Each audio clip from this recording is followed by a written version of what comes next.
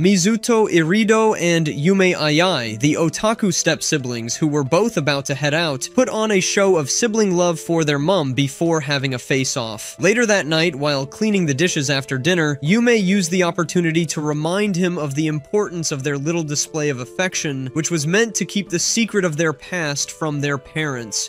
What?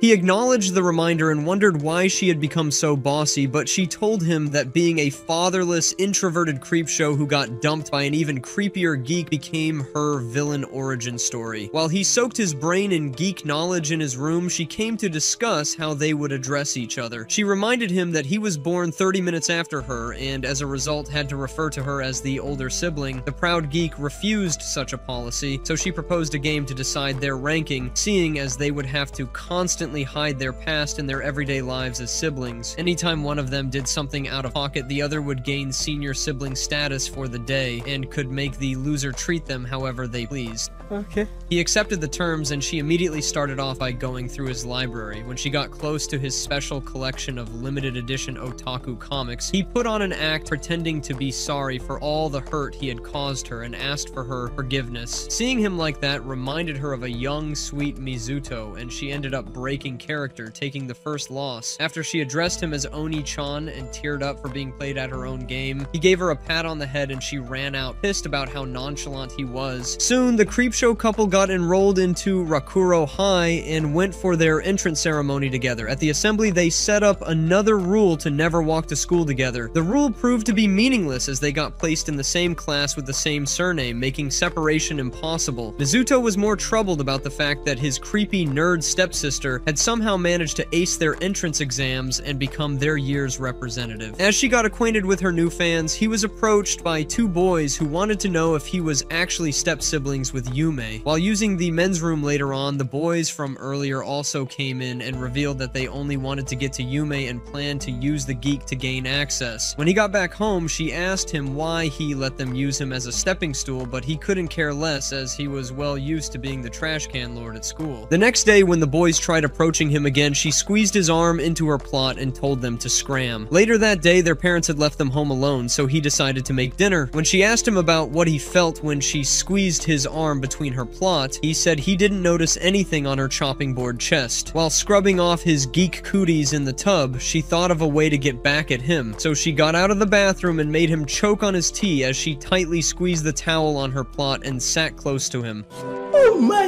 god!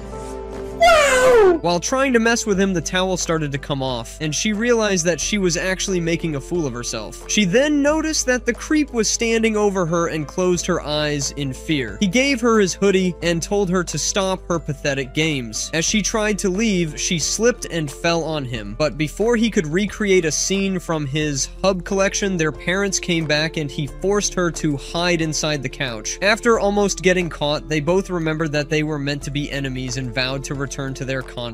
It was the school's fitness test day, and Kawanami Kozur approached the bookworm, who immediately shut down any expectations he had. Kawanami claimed that he simply wanted to get to know him, but Mizuto knew better than to trust someone whose name sounded worse than a shoujo manga title. While they all took body measurements, Yume couldn't help but notice one of her classmates named Minami Akatsuki, who had become entranced by the huge plot that dangled in her face. Minami came back to reality and told Yume that she had gotten lost in the melons because her body skipped puberty. She received hope when Yume told her that all it took to get D cups was a year of advanced medical procedures. Next up was the actual physical test that Minami cleared, despite claiming that it sucked. Yume, who had already built up a strong new persona, was worried about ruining it, while Mizuto, who simply didn't care, gave up on the test after 2 sit-ups. She somehow managed to pass the test and kept pulling herself through each of them, while Minami was treating them like a side quest. After a quick sprint, her brain lost power and she fell into Mizuto, who threw her into Minami's arms after telling her to quit being a tryhard. At the nurse's office, she told Minami the truth about her below-average athleticism and revealed that she had been training through the nights ahead of the test, as she didn't want the school to find out that she was a lazy wannabe. They became friends after Minami realized that the girl she thought was a baddie was actually a lazy poser. As they got back to class, Mizuto hit her with a quick roast by pointing out her panda eyes before leaving. The next day, he told her new bestie that she had fallen sick and couldn't make it to school. Minami decided that she would pay her a visit after school, and Kawanami tried to join, but even Minami could see through his pathetic attempt to get her cake. After school, they both went shopping for supplies and got home to Yume, who told her stepbro that she missed his touch. He immediately introduced Minami to stop her from exposing too much. Minami made some rice porridge with Mizuto's help and was able to tell that he was a Rizzless housewife who couldn't score. She left after feeding Yume while Mizuto went back to his ex and helped her sleep by warming up her plot with his arm. While watching her sleep, he remembered the year they dated in middle school and how they broke up after she started pushing the boundaries of creepiness. He thought he was free of her insanity, but found out that she had pulled the ultimate Uno reverse and joined his family so they could play stuck in the dryer all day. After she woke up, he became her butler for the rest of the day. He eventually checked her temperature again and found out that she was actually okay and just wanted extra attention, so he forced her to apologize but decided to let it slide as she was still recovering. His sudden kindness made her turn bright red, so she hid from him, but as he left to get back to his otaku comics, she asked him to keep her warm again, and he reminded the fever-baked nerd that they were siblings. When they were dating in middle school, Yume had a box that she used to store all the things she got from Mizuto and did incantations over them. This was likely why he dumped her crazy cakes. They were siblings now, and she had become even crazier. After getting high off the scent of his Under Armour and fantasizing about what her Oni-chan would do if he caught her, she thought of a way to return it. She stayed up all night as he was also up late working out in his room. When the sound stopped, she finally snuck over to his room, but before she could open his door, he came out holding a pair of her plot covers that he had used for his late-night workout session. They sat in the living room and came up with clever stories to hide the crimes they had both spent the night committing, but seeing as they both broke the rules, they each got one command that they could use at any time. He also told her that they could both do whatever they wanted outside of the house. After school, she saw him at Wiki D's on a date with a girl. The next day, she asked Minami about the girl, but she didn't know anyone that matched the description. When she got home that day, she saw a pair of female loafers and knew he had brought the girl home for a private workout session. She remembered how he didn't even bring her over for 6 months when they dated and decided to protect the innocent girl from her evil creepshow stepbrother. She called him and asked him to pick up some groceries while she hid in the house and waited until she heard the door before heading to his room to find the girl, but ran into him again. She asked him about the girl, but he denied having anyone over and asked her if she was finally losing her touch with reality, so she showed him a picture of the female loafers and he told her to check if anyone went into her room. She asked about the date she saw him on the previous day and he told her to mind her own business. Later that night, she kept trying to analyze what happened while he remembered how the black-haired girl had approached him in school and asked him to marry her. He was used to being a psycho magnet and calmly asked her if she knew him, so she took off her wig and glasses, revealing that she was actually Minami. She told him that she wanted to marry him so she could become Yume's younger sister. Ever since the fitness test incident, she had become obsessed with the idea and wanted to join the Psycho family, so she proceeded to stalk him everywhere in her costume like an insane psychiatric patient and talked about her sisterhood dreams.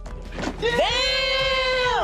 He called Kawanami that night to discuss his problem and learned about how Minami had made her middle school boyfriend a hospital vegetable after 3 months of dating. After Kawanami offered him a solution, he went to Yume's room and used his command, which was for her to go on a date with him. Outside the aquarium, Yume, who had gotten all dressed up for their date, was wondering what her creepshow stepbrother had in store. When he pulled up in a tux, she had to hide the butterflies that were dancing in her tummy. As they got tickets and went on their fish-gazing date, she kept struggling to contain the atrocities that she was thinking up, while he was trying his best to get her to break character. Meanwhile, Kawanami and Minami stalked them in the shadows. Kawanami's master plan was for Mizuto to take Yume out on a date where Minami would see that Yume only had eyes for him and give up on her dreams of joining the family, a plan that definitely made sense to the nonchalant loner who seemed to only attract escaped psych ward patients. After pulling every stop and failing to get his stepsis to crack, he went to the men's room to consult with his nutjob associate, who simply told him to take charge of the situation. Yume, who left to take a leak, had gotten lost and got a call from her Oni-chan, who told her to sit tight. She remembered how she got lost during their first date in middle school and ended up crying because she felt bad for being a dim-witted nerd who couldn't use Google Maps. He eventually found her, gave her a drink, and told her that he didn't care about her undeveloped cerebellum and accepted her regardless. Mizuto finally found the dim-witted nerd who hadn't changed and gave her a drink before continuing their date. which was majorly a comparison of their level of psychosis through well-detailed aquarium murders theories and a geek-off about comic books. Their date reminded him of how her psychotic ways that led to their breakup had made him forget some of her good qualities that he could now appreciate, as he wasn't under any pressure to love the nut job anymore. After their date, she left to go home before him, as returning from a date together would definitely get them sent to the mental hospital. After she left, Minami met up with him and apologized for being a fence-jumping psycho who went as far as adding an extra chair at their dining table to make things ready for her plans to join the family. He decided to keep her secret from Yume, and she told him that she would hold off on the marriage plans and continue chasing her dreams by being an obsessed bestie. Yume, who was already home, was trying to wrap her head around recent events as well as the sudden date when he came back. For her command, she decided to turn him into a comic reading model for her stepbro photo collection and rounded up the evening by making him do a quick role play. At school the next day, Minami continued chasing her psycho dreams while Kawanami told Mizuto that he was the boyfriend that she turned into a vegetable in middle school. Yume interrupted the Geek Master's reading session to ask him to escort her to the store so they could get their mom a Mother's Day gift. He told her to get lost as he knew that she was broke and only wanted him to pay for half the bill, so she came back with a gorgeous dress that momentarily fried his central nervous system. His break-in character gave her the senior sibling command, which she used to force him to escort her to the store. After she asked for his opinions just to completely disregard them, they settled on a bouquet of flowers and gave it to their mom, who ran away ecstatic, oblivious to the fact that the main parts of her American dream were psychotic nerds who secretly fantasize about each other. After she left, he went to the family Butsudan to look at a picture of his mom who had died when he was young. He didn't actually know her, but felt that he needed to spend some time with her as it was Mother's Day. Yume, who had noticed his mood earlier, followed him and sat in silence with him. He came up with an idea to let their parents spend some time together as they barely had time to themselves with the step-siblings around. Yume was surprised that he could think about something beyond himself, but quickly lost the shock when he revealed his true motives. To give their parents space, they would have to stay away from home together for a day, and he had already gone as far as researching places where they could stay. Motels and inns wouldn't let minors get a room together, so he figured out that a love hotel would do the trick as they could lie about their age, but the price was high, and Yume, who wasn't on the same level of insanity as him, rejected the idea.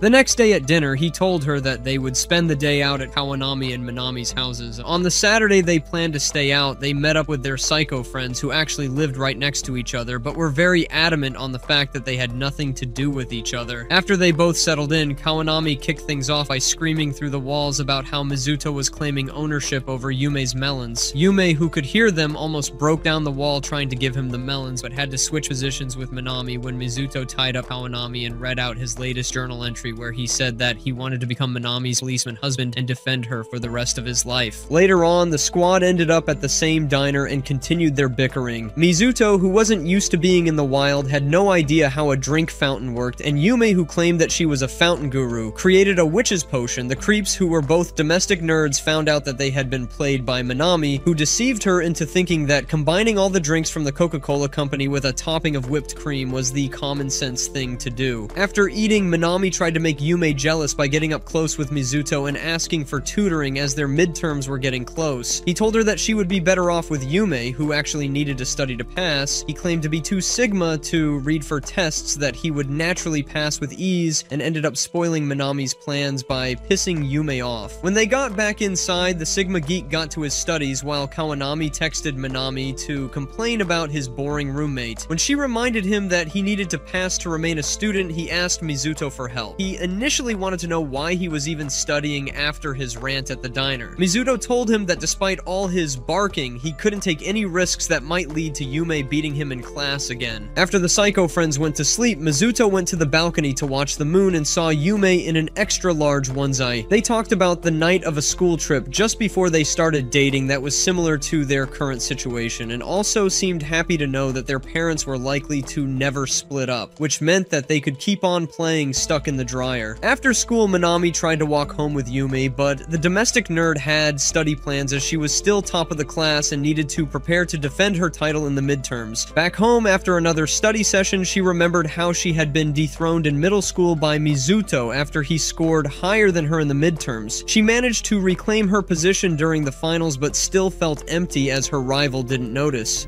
No! God, please, no! No! When they met in the library, he mentioned something suggesting that he actually paid attention to her, which was when she started having feelings for him. After making a cup of tea and noticing that he was reading his usual books, she asked him about his preparations for the midterms. He responded like it didn't matter, so she reminded him that his nonchalant nature was the reason she always passed him in class. Hearing what she said made him curious to know what being at the top of the class felt like, so he suggested a possible challenge for the throne. The next day, before leaving for school, he noticed that she didn't get much sleep and asked her why being on top was such a big deal, but she claimed that he wouldn't understand. Her new identity depended on her spot as the queen of bookworms, so losing first place meant losing everything about her new life. After the first midterm papers, she graded herself and wondered what he got, so she snuck into his room to check. He was in the living room reading when she came out and asked him why he skipped some questions on his papers that were definitely too easy for him. He claimed that he didn't have enough time, but she knew that he was lying and grabbed him by the neck, pissed that he had intentionally let her score higher. She almost slapped him when their mom intervened. After Mizuto scolded the bookworm for being ungrateful, she left in tears and went back to prepping for the next paper. Before they left for school the next day, he made it clear that he was coming for the throne to teach her a lesson. After the midterms passed, they went to check the results and saw that he had taken her spot on top. She thought the questions he missed on the first paper would have reduced his marks, but clearly his brain was far more developed than hers. He left after telling her that she could try again at the finals. The reality of her loss finally set in, but unlike what she expected, her friends were still talking to her and couldn't care less about her failure. Being a shut-in nerd likely stopped her from realizing that Gen Z girls cared more about Riz and enhanced rice cakes than grades. She finally understood what Mizuto meant and ran to find her creepshow knight, but found him at the library with another maiden. Higashira Isana was an introverted hottie who didn't mind having the creepshow as a friend and strangely even seemed to enjoy talking with him. When they ran into Minami and Yume after school, Isana hid behind him as she was a highly domesticated otaku who didn't do well in social settings. After explaining their relationship to Minami, he wanted to do the same with Yume, but she had already left. After getting home, Yume had to snap herself out of her jealousy and spent the following days acting like she got cloned. Mizuto, who couldn't understand her new simple sister act, talked to Isana about it during their break, and she explained how people had different reactions to changes before telling him to follow his gut. After school that day, he put on his tux and barged into Yume's room, making her heartbeat triple in speed. He checked her pulse to be sure his charms were still working and told her that he didn't like her new attitude. He missed their creepy routine of drama and occasional degradation. When he asked her why she had changed, she told him about how hearing her Isana call him by his name made her jealous. She also asked him why he missed her antics, and he told her that he didn't like the fact that she was living like what happened between them was meaningless. Before leaving, he reminded her that she was an abnormal creep for being jealous of his relationships, but he accepted her regardless. After school the next day, she officially met Isana, who wasn't scared to speak to them anymore. After telling Yume that they were just friends, Mizuto told her how Yume thought she liked him. She calmly told them about how she hated her nether regions and wished she was a boy. Her friendship with the creepshow finally made sense. They all walked home together as Yume was finally at peace knowing her stepbrother was still hers. During a summer break in middle school, Mizuto and Yume spent their time in the school's library reading while their mates had fun with their friends like normal people. On the last day of the break, she gave him a love letter and they officially started dating. Back in real time, Higashira opened her locker and found a letter telling her to come to a chosen location or risk her secret getting exposed.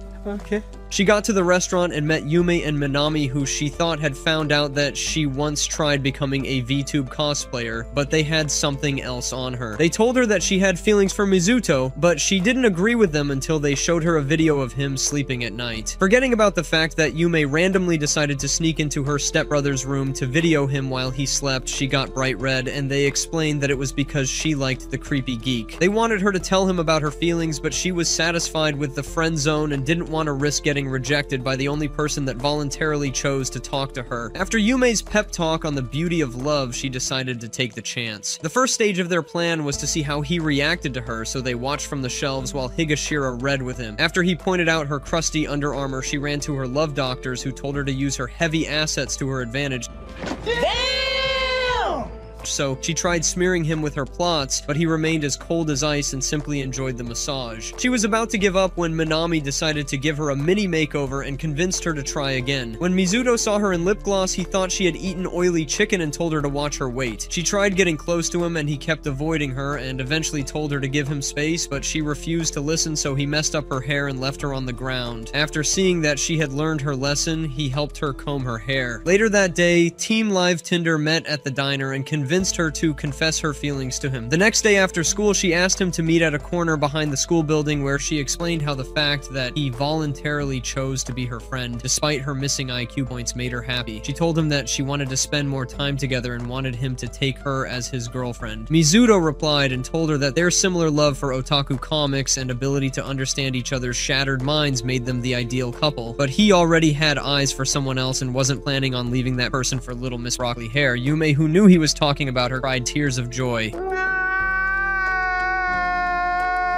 The night before, Minami had told her that Mizuto was the type to fall in love with someone who he would become addicted to forever, and he had just proved her point. At school, the day after she got her heart grilled on max heat, Higashira was back reading with Mizuto at the library, and she asked him if she could come over to get a copy of an otaku series. He was hesitant, but ultimately agreed after she used her plot to sway him. Before she went to his place, Yume and Minami took her shopping after telling her that she had the same fashion sense as a toddler. After getting to the boutique, they faced a serious problem. Her G-cups were making her look like a Japanese Kardashian with every outfit she wore. Minami suggested that she use Yume's reverend sister dress code, while Yume was to switch up her outfit so they wouldn't become skirt twins. Yume's current style started after she wore a mini skirt on her first weekend date with Mizuto. He initially said nothing to her, but at the end of their date, he told her not to wear such things in public as they were for his eyes alone. She remembered that she had basically adopted long clothes because of him and decided to finally switch to tight clothes. Meanwhile, Higashira took over the sister dress code and got approval from Mizuto. After she got to Mizuto and Yume's house, Yume decided to stay with them in his room to supervise their reading and stop any ungodly activity. Higashira dumped her socks and dived into the otaku comics while Mizuto kept reading his, and their supervisor kept an eye on them. After finishing a series, Higashira asked him to massage her shoulders as carrying her melons around all day made them stiff. While he helped her out, Yume, who had never received such treatment, was convinced that they had secretly gotten married, but they were just good friends. He was the kind of friend that helped her put on her socks and took care of her every need. When she asked for directions to the bathroom, Yume used the opportunity to ask if she still had feelings for him, and she admitted to it, but was okay with their friendship and actually preferred it. She went to use the bathroom while Yume went back and made him put on her socks for her as well. When his fingers started to get to the fragile zones, Higashira texted them asking for help. Mizuto escorted her home as their parents had started to interrogate her after finally catching her alone. She told them how she actually wanted to introduce their son to the good things in life but got turned down. As they got to her stop, she told him that he had to do certain things for her to help atone for the damage he had caused to her heart. As she left, he wondered if he would have had a similar friendship with Yume if they didn't date and just kept being geek buddies. Yume and Mizuto started dating in the second year of middle school and took their time with the steps of love. It took the inexperienced geek 6 whole months to invite her over to his place, and when she finally got there, he made her read a book with him and was blind to the multiple green lights she blasted in his face. While escorting her back home, she wondered why he was able to kiss her and go on dates with her, but couldn't stand on business when the time came. Once their third year started, things changed for the lovebirds. They both got placed in separate classes and started only seeing each other at the library. At first, she was pissed and hated the arrangement, so he promised to make it up during weekends and special holidays like Christmas and Valentine's Day. However, as time went on, she started showing up late to the library and sometimes didn't show up at all. She had started making friends and had less time for him. He was initially happy for her, but started feeling left out when she turned down their plans and only kept talking about her friends when they were together. He eventually blew a fuse and told her to quit telling him about people that he didn't care about, and so the downfall of their love began. After his outburst, he felt bad and planned to apologize apologize, while she decided to cancel plans with friends to meet him at the library. When she got there and found him talking to another girl, she hid like a coward until the girl left and then went to meet him. He apologized for scolding her the previous day, but she was past that already and accused him of cheating on her with a girl in their special place. He explained that he simply gave her recommendations on a book and got pissed again as she was now accusing him when all he wanted was to speak to her again, so they stopped talking to each other for a while. They eventually ran into each other again at a bookstore and he asked her to talk. He apologized for his outburst again, as well as the library incident, but they never really got back to the way things were. He didn't like that he was the one apologizing when he really didn't do anything, and she wanted him to get back to holding her hands and loving her. Months went by and they didn't see each other. The anniversary of their relationship passed without a text from either of them. Even the holidays that they promised to spend together flew by and they didn't see or text each other. Eventually, their graduation came along and he officially broke up with her.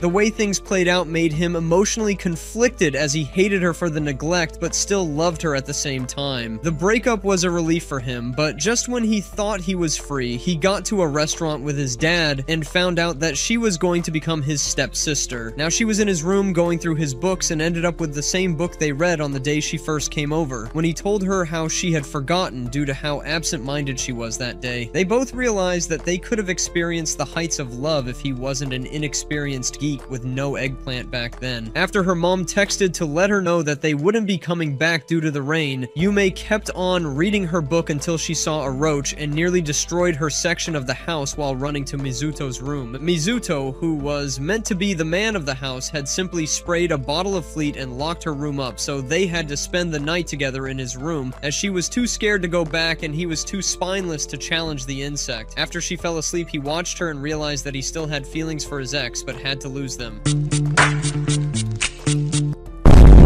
The next day, she kept taunting him for being a spineless excuse of a man who couldn't defend himself and her from a mere insect. As usual, he didn't care and simply accepted the facts of his pathetic nature. Their parents, who were more than happy to watch their rom-com in real time, told them that they would be visiting the Irito relatives. Yume's mom told her to take her stepbrother and go swimsuit shopping ahead of the trip. After they got there, she made him stare at what he was missing and decided on which swimsuit to take after seeing how it affected him. On their way back home, they went through the place where they had their first kiss and almost wanted to relive old times. When they got back home, she returned an otaku comic she got from him and asked for more recommendations after finally getting the appeal. Higashira came over to watch a movie with the siblings and spent the entire movie on Mizuto's lap, getting her hair stroked. Yume, who couldn't focus on the movie, kept her eyes glued to Higashira's every move. After the movie, they both discussed the gender swap feature and how exciting it was to watch a man play with the melons he got through medical procedures. He got thirsty and asked Yume to get him some tea, but she was too lazy to go to the kitchen and gave him some from her cup. When he drank it, Higashira stopped her blabbing to call the siblings out for indirectly swapping mouth fluids. Mizuto, who had started getting sleepy, wanted to nap on her thighs, but changed his mind when she started listing out all the evil plans she had for his head, so he passed out on Yume's thighs instead. Higashira, who had started getting too comfortable, told Yume all the diabolical ideas she had for her bestie before leaving. While staring at him, she realized that the reason he had stopped himself from finishing all their dryer scenes was that he didn't want to mess up their new family and end up in prison. Yume's mom met her in the dryer and tried to get the full details on Higashira's relationship with Mizuto, as she didn't believe that she was actually his ex after constantly seeing her around. She probably thought her kids kept normal kids around for company and didn't realize that they were all birds of the same psychotic feather, so she told Yume to get a man as Mizuto was likely going to get picked up. That night, Yume realized that the only person she wanted was her stepbrother. After they got to Mizuto's family village, Yume and her mom got introduced to Granny Natsume and Mizuto's cousins Madoka and her brother Chikuma. After the introductions, they all went to the river for a swim. Yume couldn't help but notice how isolated Mizuto was from the rest of their family, who spoke about him like he was someone they pitied. Madoka, who noticed it, explained that their family paid extra attention to him after his mom died, which was why he always felt like a stranger to them, as they never really treated him like a regular family member. He eventually left, and the girls spent the day swimming. At night, after serving drinks, she found him in the study where he was reading his grandfather's autobiography named The Serbian Dancing Girl. After leaving her to read it, she started crying when she realized that the book was part of what shaped him as he grew up isolated in his family. It was a book his grandfather had used to talk about his love. When Mizuto returned, she asked him about his first love, and he told her that the girl liked to laugh, so she figured that it was Madoka, his cousin, because that makes total sense. The next day, after picking out their yukatas, Madoka, who had psychic abilities, asked her if she loved her stepbrother, and she couldn't hide it. Madoka already knew and decided to help her out, so in the evening, she managed to sneak the loner geek out and brought him to a room where Yume was waiting. He knew Yume had set up the meeting because she wanted to tell him something, but she was hesitant, so he sat in a corner and waited. After mustering up the courage, she walked over to him, knelt down, and started crying. She wanted to tell him a lot of things, especially about how she regretted not calling him after their breakup and checking in on him. He could see her desire through the tears and hugged her until she felt better. When he asked her about what she wanted to talk about, she mentioned that she already knew that Madoka was his first love. He told her that people with normal IQ levels didn't have relationships with their cousins, so she was wrong. She was the girl that liked to smile. It should have been obvious as they were both still preteens when they met. I mean, when would he have fallen for his cousin when he was 8? After getting dressed in their yukatas, Mizuto, who somehow knew Yume's phone password, helped the girls take pictures. Later that night, they went to the shooting gallery where Yume helped him win a stuffed animal for Chikuma by providing melon support. After the games, they went to meet Kendo and San, another boomer who spoke about the Geek Master like he was a war victim. Before heading to the fireworks, they noticed that he had vanished. Yume, who felt like she knew where he went, left to find him. Mizuto had grown up pitied and isolated. He felt like an NPC who just watched everybody's life and couldn't really experience anything personally. His first taste of life was when he read his grandfather's autobiography and started reading books. They offered him a new lens that colored the world around him. Then he met Yume, who was a helpless, clueless girl that he immediately fell in love with, as the idea of being her torch on the dark path of life made him feel an unreal sense of fulfillment. Yume, who had finally found him, realized that during their years together, when he seemed nonchalant and distant, the calls that he didn't stay on for long, and other aspects of him that seemed confusing were all connected to his family and how his experiences with them had shaped him. She was the key to him breaking out of his identity as a pitiful, helpless child, and losing her back then had sent him back down the rabbit hole. As they sat together, they talked about their first kiss. He was sure that she had done extensive research before that day, as there was no way she could have easily pulled it off on the first go. She told him that he would have probably had more luck in the lady department if his tongue wasn't so sharp. When the fireworks went off, he shed a tear and got pulled in for a kiss. She decided that she would do everything in her power to get him back. The next day, after giving Madoka the latest gossip and saying goodbye to Granny Natsumi, they left to get back to school. Once back at Rakuro, Kawanami, who had just met Higashira, wanted to know why the psycho perv was in their group. Mizuto introduced them to each other. Seeing as they were both obsessed with the idea of a friendship with him, they immediately squared off. Yume had to stop Higashira from deceiving Mizuto with her G-cups, while Minami stopped her ex from his ranting. The former lovers turned siblings went back to their routine life, but seeing as they had both decided to accept the reality of their feelings, they decided to forge their own path.